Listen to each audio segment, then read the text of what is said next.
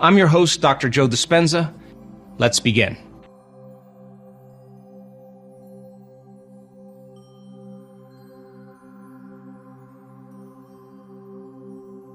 I'm just a guy, and I have a passion to learn, and I have a passion for the divine, and it's always been something that I've been aware of. It's a persistent feeling that never seems to go away, and I think people come to this work because they have that feeling. They may not be able to put into words what they feel, but it's an instinct in their mind that never goes away, that there's more to reality than this dream.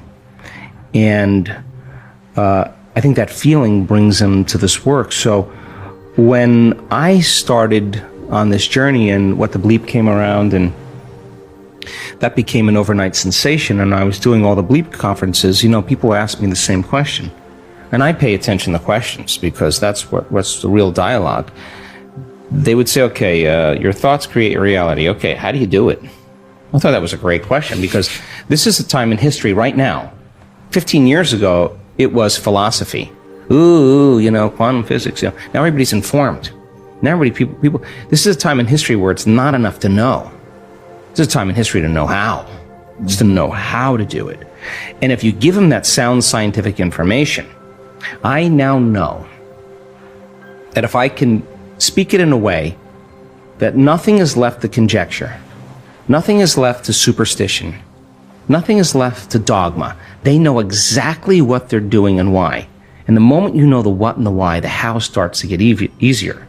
So I will deliver concepts, ideas, mix different forms of science to create a model of understanding. And I now know that if that person, as I develop this model of understanding, can explain that model to someone else, they're wiring it in their brain. They're installing the hardware. If they can't explain it, it's not wired in their brain, and they're not going to believe that they can do it. So if they can turn the person next to them, between the two of them, and build a model of understanding, they're making their brain fire in new sequences and new patterns and new combinations. They're changing their mind. Mind is the brain in action. If I keep reminding them of what they're learning, nerve cells that fire together wire together. They're installing the circuitry. Now, the next step is to provide the environment and give them the proper instruction to get their behaviors to match their intentions, to get their actions equal to their thoughts, to get their mind and body working together. If they do, they're going to run into a new experience. Now, the crazy thing about the experience is learning is making new synaptic connections. That's what learning is. Research shows that you pay attention and learn something new and you repeat it just for an hour, you're going to double the number of connections in your brain. That's a lot, 1,600 to the 3,200 connections. That's a lot of extra connections. But if you don't review it, if you don't think about it, if you don't repeat it, those circuits prune apart within hours or days. So if learning is making new connections, then remembering is maintaining and sustaining those connections. You got to review it. It's so much easier to forget than remember when it comes to this stuff, and it's a constant process. So then, if they can get their behaviors to match their intentions, and they have a new experience enriches the philosophical circuits in the brain. But when those neurons string into place, the brain makes a chemical, and that chemical is called a feeling or an emotion. And when you start feeling unlimited, when you start feeling worthy, when you are having an experience that causes you to be more in love with life, it is that chemical release from the limbic brain that teaches your body chemically to understand what your mind has intellectually understood. So if knowledge is for the mind, experience is for the body, and in that moment the person's embodying the truth of that philosophy, and now they're selecting and instructing new genes from the experience, because the chemistry that's coming from the environment is information. And so genes make proteins, and all of a sudden they start wearing a different body. Repeat it over and over again. Do anything over and over again. Neurochemically, you'll condition your mind and body begin to work as one. Do it enough times, now your body will know better than your conscious mind. Now it's innate in you.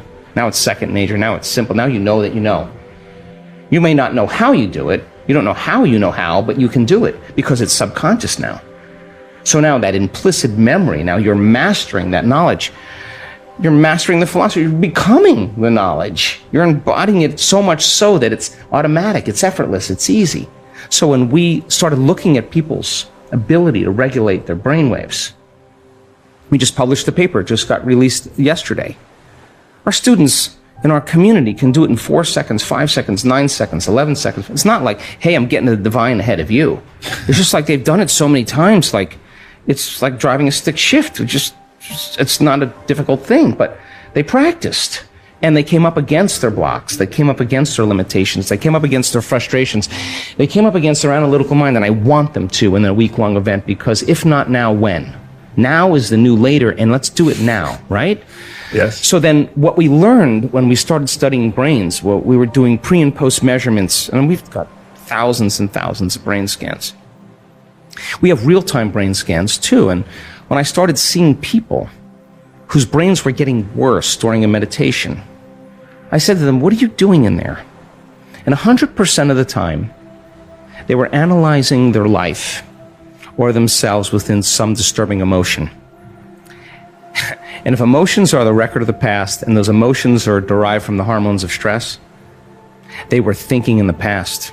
And I learned right in that moment that if I got a person past the emotion, cross the river of change with me, forget about the emotion, just keep overcoming it. Forget about the past. Dragging people out of their past is the work. And so when we started studying those brains and we started seeing changes pre and post measurements, I realized the change wasn't just in their mind. It was actually in their brain. And that we were measuring different compartments of the brain, and when we're living in stress and we're living in survival, when the brain is aroused into those high beta brainwave patterns and we're out of balance and we're trying to predict and control everything in our life, and we're shifting our attention from one person to another problem, to another thing, to another condition. Every person, every object, everything, every place has a neurological network in your brain. So as the person was aroused by the hormones of stress like a lightning storm in the clouds, their brain was firing very incoherently. Different compartments were out of sync with other compartments of the brain. And if your brain is incoherent, you're incoherent. And if your brain isn't working right, you're not working right. So if it requires a clear intention and elevated emotion to begin to change reality, and you have an incoherent brain, what kind of signal are you sending out into the field? Pretty static. In fact, better way to say it is you have no Wi-Fi signal. You're separate. And the hormones of stress create separation. And when you're sitting in a staff meeting and you're looking at that person and you just want to punch them in the head, or you want to throttle them in some reason, or you're angry on traffic and you're turning on those hormones, you're stepping on the gas. But at the same time, you can't fight, you can't run, you can't hide, you're stepping on the brake. You step on the gas and the brake at the same time, your heart starts beating incoherently, and energy leaves the brain and heart. We've seen this so many times. So then, if the thought is the electrical charge in the quantum field, and the feeling is the magnetic charge, and how you think and how you feel creates your state of being, then we got to get energy right into this center right here. Because if you're going to believe in that future that you're imagining with all of your heart, it better be open and activated. And we got to teach people how to create heart coherence. And we have beautiful imagery to show that when a person's heart is coherent, like taking a big sheet and just flushing it, just whipping it like that wave that's created, the heart begins to send profound waves of energy into the brain, and the brain goes into a creative state. So the heart is the creative center. And our heart begins to drive our brain into more alpha patterns, more creative patterns. At the same time, when the heart gets coherent, it's producing an ambient magnetic field up to 3 meters wide. Now you're more wave, less particle. More energy, less matter. You're emitting a coherent signature. Now that energy is frequency. And that frequency carries information. So when energy begins to activate the heart, and you're giving thanks for the event before it's happened, your body's so objective, it's believing that it's happening to you, because what is the emotional signature of gratitude? When you get something favorable, you receive something favorable, something just happened to you that you like, something's happening to you, you say, thank you. The feeling of gratitude, the emotional signature, means it's happening to you, it's already happened. So it is the ultimate state of receivership. So teach a person how to give thanks before it happens, open their heart, and their heart's like a pounding of a drum or dropping a pebble in water, is producing this field. It's that energy, that creative energy, can carry the thought of their health. It can ride, that intention can ride on the wave. That could be wealth, new relationship, suffering, and the energy does not carry the thought of health. carries a different set of thoughts. So people say to me, well, I can't open my heart. Well, I ask them, well, what do you practice feeling all day long anyway? Because you're so good at feeling something else, you haven't practiced feeling it. So then, when we teach people this formula, they have to keep overcoming their thoughts, overcoming their impatience, overcoming the programs, they come right up against it. Anything that's standing in the way between them and their connection, they got to do business with it.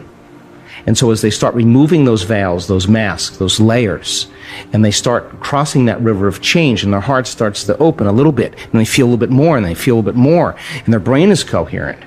Now they have a coherent brain and a coherent heart. The balance between the two is an exchange of information that's not coming from out there, it's coming from within them.